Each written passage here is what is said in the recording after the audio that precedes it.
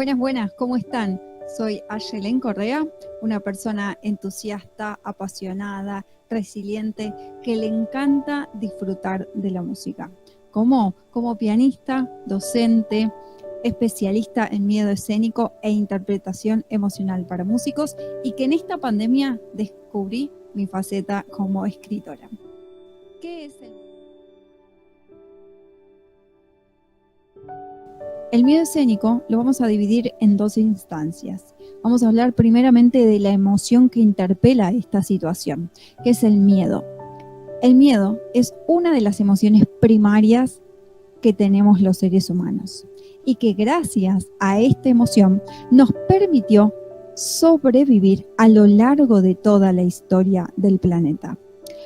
Ahora, esta emocionalidad como tal, obviamente, no es tan placentera, porque es la emocionalidad que le dice al cuerpo que estamos en peligro. Obviamente que tiene diferentes niveles de intensidad esta emoción. Y la otra parte que nos interpela es dónde ocurre esta emoción, el escenario. Ahora, los artistas entendemos generalmente escenario como ese lugar del teatro o donde vamos a dar un concierto, donde vamos a hacer una obra, donde vamos a compartir un ballet, una ópera y nada más. No. El escenario es donde estamos nosotros como centro de atención. Entonces, si unimos estos dos conceptos, el miedo y el escenario, vamos a tener una emoción displacentera en todo lugar que puede ser cotidiano o eventual, donde seamos el centro de atención nosotros.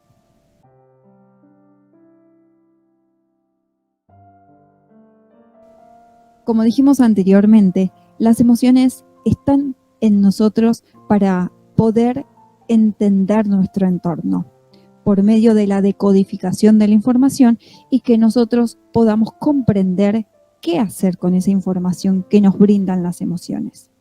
Entonces, la primera situación es aceptar que estoy teniendo miedo, aceptar que estoy viviendo una situación displacentera con la cual no estoy de acuerdo, no estoy conforme o quiero poder mejorarla y vivirla de otra manera.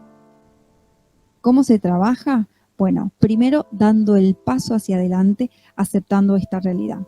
Y después, con un acompañamiento, podemos ir transformando esta realidad de displacentera a placentera. ¿Cómo? Con una resignificación y un entendimiento de toda esta realidad. Vamos a ver este proceso como un paso de entender los pensamientos repetitivos y reiterativos que se nos van dando a medida que vamos transitando nuestra vida profesional, musical y artística. Vamos a ir identificando los patrones de comportamientos físicos, actitudinales, y después vamos a ir a identificar nuestro entorno, en donde nuestro entorno nos está ayudando o entorpeciendo a que esta realidad cada vez sea o peor o mejor. Una vez que entendemos esta realidad, esta situación que vamos a ir delimitando poco a poco, sesión a sesión, vamos a ir entendiendo y de a poco comprendiendo y poniendo en palabras todo esto que nos va sucediendo. Este es el proceso de cambio y de resignificación del miedo escénico.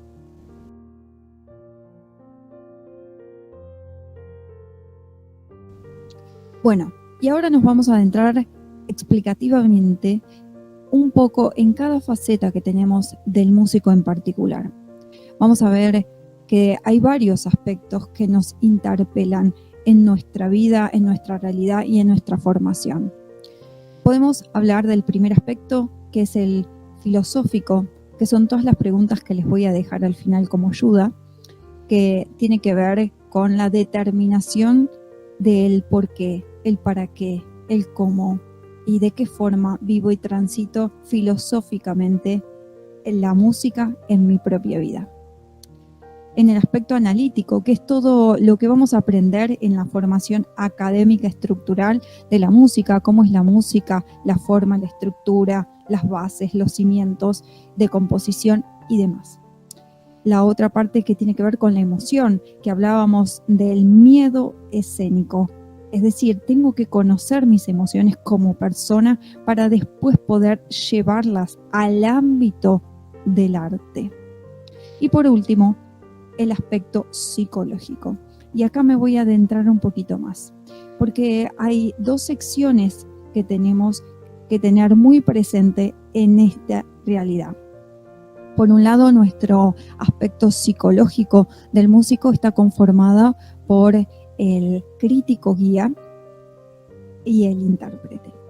¿Cómo se conforma el crítico guía? Son en la familia, que podemos decir padre, madre y sus variantes actuales, y los profesores o profesoras relevantes. Por el otro lado, el ejecutante es simplemente él o la niña que disfruta jugar a través del sonido.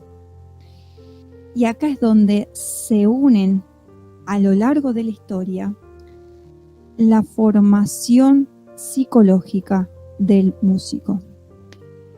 ¿Se acuerdan que antes hablábamos de la importancia del docente a la hora de formar el disfrute musical para el niño o la niña? Bueno, es acá donde tenemos la realidad. ¿Se acuerdan que yo les decía que hay que poder revisar nuestro entorno?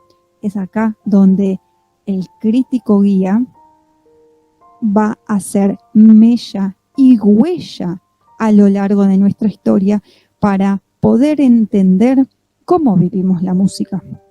Si nos criticamos, si nos permitimos el error, si nos criticamos ante el error, si priorizamos la excelencia por encima del disfrute musical.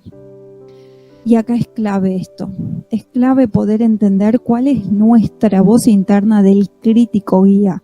¿Cómo es el crítico guía? Es justamente la guía que tenemos interna que nos ayuda en la crítica o nos destruye en esa crítica. ¿Por qué? Porque este crítico guía que nos va a guiar debe estar al servicio del ejecutante musical, al servicio de nuestro deseo interior de juego y de disfrute.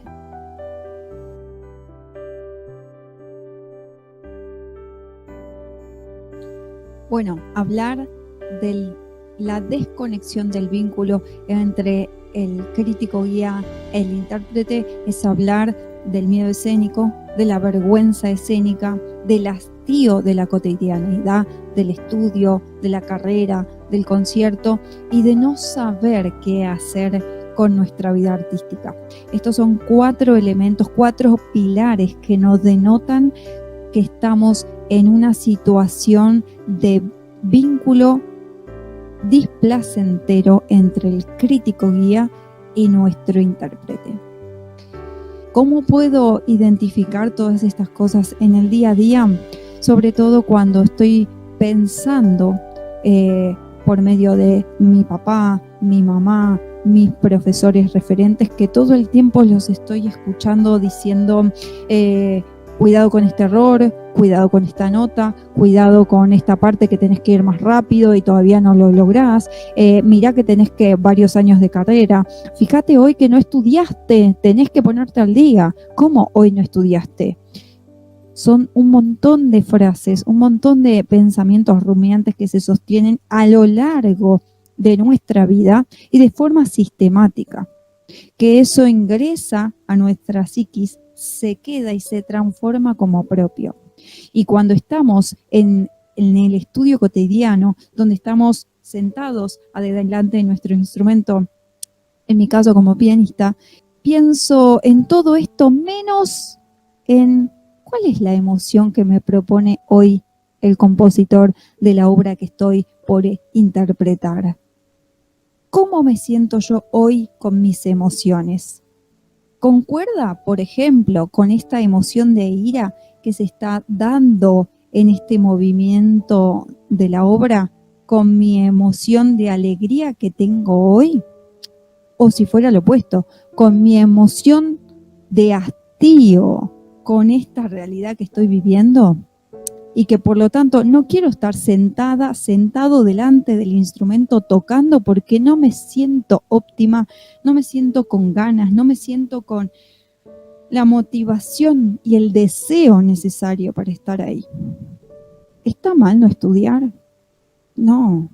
Mi cuerpo, mi mente y mi intérprete interior me está diciendo, mi ejecutante interior me está diciendo que no, que así no, que no quiero de esta manera, que de la manera en que me enseñó mi papá, mi mamá y mis profesores relevantes, y que yo entendí que estaba bien porque era una niña, porque era un pequeño adolescente, y yo estaba haciendo todo para que ellos me acepten, me quieran y me den su amor a cambio de todo esto que me estaban pidiendo. Pero ahora como adulto, como adulta, puedo tomar las riendas de mi vida y empezar a decir que así no.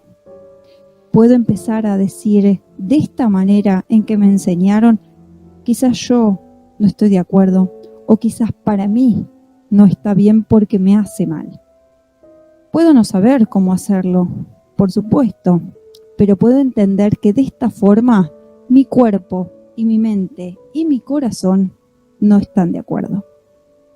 Empezar a transitar otro camino donde el vínculo sea más sano entre el ejecutante, es decir, el deseo de mi niña y mi niño interior, mi deseo propio interno de la expresión sonora, tiene que estar al servicio del ejecutante y del crítico guía interno.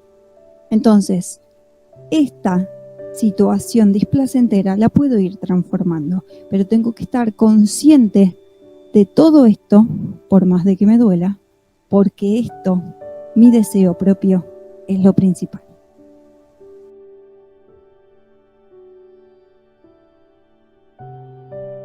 Y para finalizar, les dejo algunas preguntas, algunos interrogantes que sé que les ayudará a revisar alguna que otra arista de su lado artístico.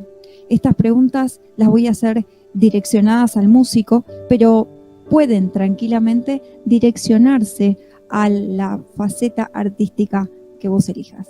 ¿Para qué toco? ¿Para quién toco? Cada vez que me subo al escenario, ¿qué me sucede? ¿Qué siento? Una vez que estoy arriba en el escenario y veo a todo el público, ¿busco a alguien en particular? Y cada vez que miro a ese público, ¿sé qué piensa? ¿Sé qué está diciendo? ¿Sé cada palabra que va a estar pensando o comunicándole al que tiene al lado cuando yo estoy tocando? Cuando yo me equivoque, si es que me equivoco, o si lo estoy haciendo bien, pero creo que el otro se está dando cuenta que lo podría haber hecho mejor. Otra pregunta que te puede ayudar mucho es, cuando me bajo del escenario, ¿qué me sucede con los halagos, con las críticas? Si alguien viene y me dice, qué bien que hiciste tal obra, me encantó, yo dudo de que sea verdad.